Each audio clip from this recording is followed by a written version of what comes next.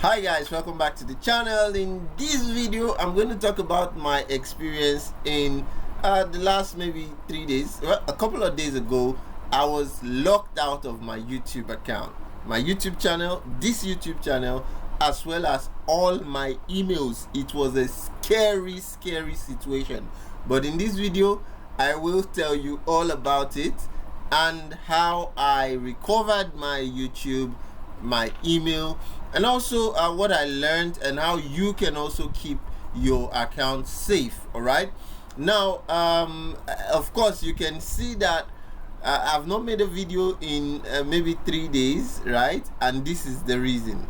Okay, now there are a couple of people that have dropped some comments. I'll respond to all the comments, but what I want to say is, if you look at the screen, you will see that there are 3 different platforms that I'm talking about here, and we've exposed these 3 different platforms. Now, over a couple of months, we've done a lot of platforms, from CBEX to Cryptex to ADK to FF to FMB to PCX to a lot of them, right? And now we're talking about LSSC. So if you ask me where this attack is coming from, I honestly can't say, but what I can say is I know that we're doing a good work. We're helping a lot of you actually, be safe online, not get scammed, not lose your money to these cheap online investment scams. So we will not stop what we're doing, even though these attacks keep coming, right? Aside the fact that a lot of them have, their plan to demonetize the channel, to report the videos, all those plans failed, right? But now they're trying to hack the channel. So what happened was, I received an email a couple of days ago requesting for a sponsorship deal. So they got me with a sponsorship deal, and it was for an editing software. So I was like, okay, I can tell my audience about this editing software.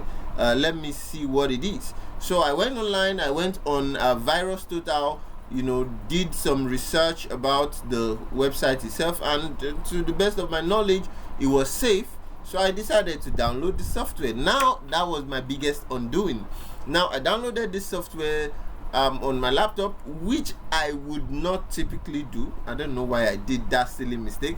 Normally I would use a different environment to test out whatever they want me to talk about. So, but I just said, don't worry, I'll just do it here, and I did it. And guess what happened, guys? That software immediately logged me out of all my email accounts on this device, and guess what? The next day I was locked out of my YouTube. So I started, trying to recover my YouTube. I'm saying it lightly now, but I can assure you it was a very serious and a fearful experience, right? Now so I started trying to recover the YouTube channel, as well as my email, and just trying to clean up the computer to make sure I have no traces of virus or malware or anything like that on the system. Now, how did I recover my YouTube channel back and my email address, or my email account back, my Gmail? Now what I did was, luckily for me, and this is tip number 1 of protecting your account, I had set up a backup email for security, right? So I had a backup email connected. So what the hackers did was, when they logged me out of the Gmail, they activated the they activated the security code. So anytime I wanted to log back in using the same password, I had to authenticate using the code that was activated.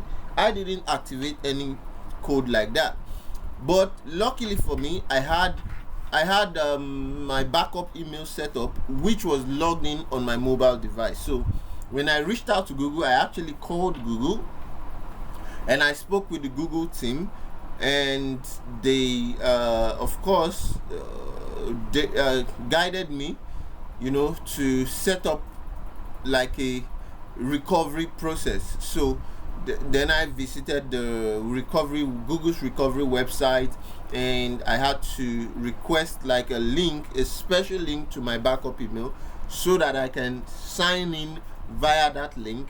Then that will authenticate the device I'm signing on. Then I can have access to my account again. So that's what I did, and in 24 hours I got the link, I signed in, and I gained access to my account. So what I did after that was quickly set up multi-factor authentication. And by that I mean there is the Google Authenticator. So I'll show you on your Google. So you just have to go into your Gmail account, right, to set up a search. So you just go into your Gmail account like this, okay, and then you should click on your profile, then you click on manage your Google account. Then on the manage your Google account page, you just go into security. All right, so under security you're going to see the option to set up multi-factor authentication. So, and also you can also put like a recovery phone number and all, recovery email, everything, authenticators set up, right? So you click on authenticator and you are good to go. So that is exactly what I did, and I recovered the account. Now the reason I'm making this video is, number one, we have to work together to keep the online space safe. But aside doing that, aside going after these investment scams that we do here, the forensic analysis aspect, you also have a duty to ensure that, number one, you are using you are not using like easy passwords, right? Because when I say that, there is something called phishing, right? Or there is something called brute force attack, right? Now brute force attack means that these hackers can try to guess your password, and there are several ways that this brute force attack is executed in the real world. So they could have like a password file where they match your account against several passwords, commonly used password. And if you are using a very easy password, for example, a lot of people use I love you, a lot of people use their birthdays, a lot of people use 1 2 3 4 5 6 1 2 3 4 5 6 7 8 9 0, things like that.